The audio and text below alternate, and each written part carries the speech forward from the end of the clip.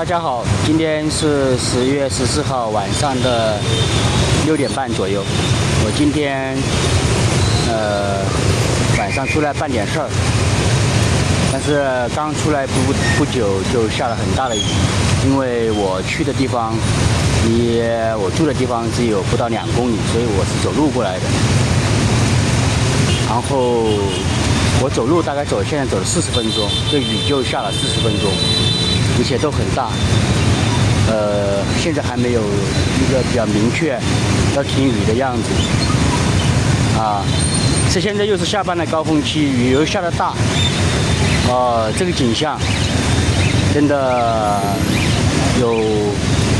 看起来的话，就是这个世界相当的繁忙。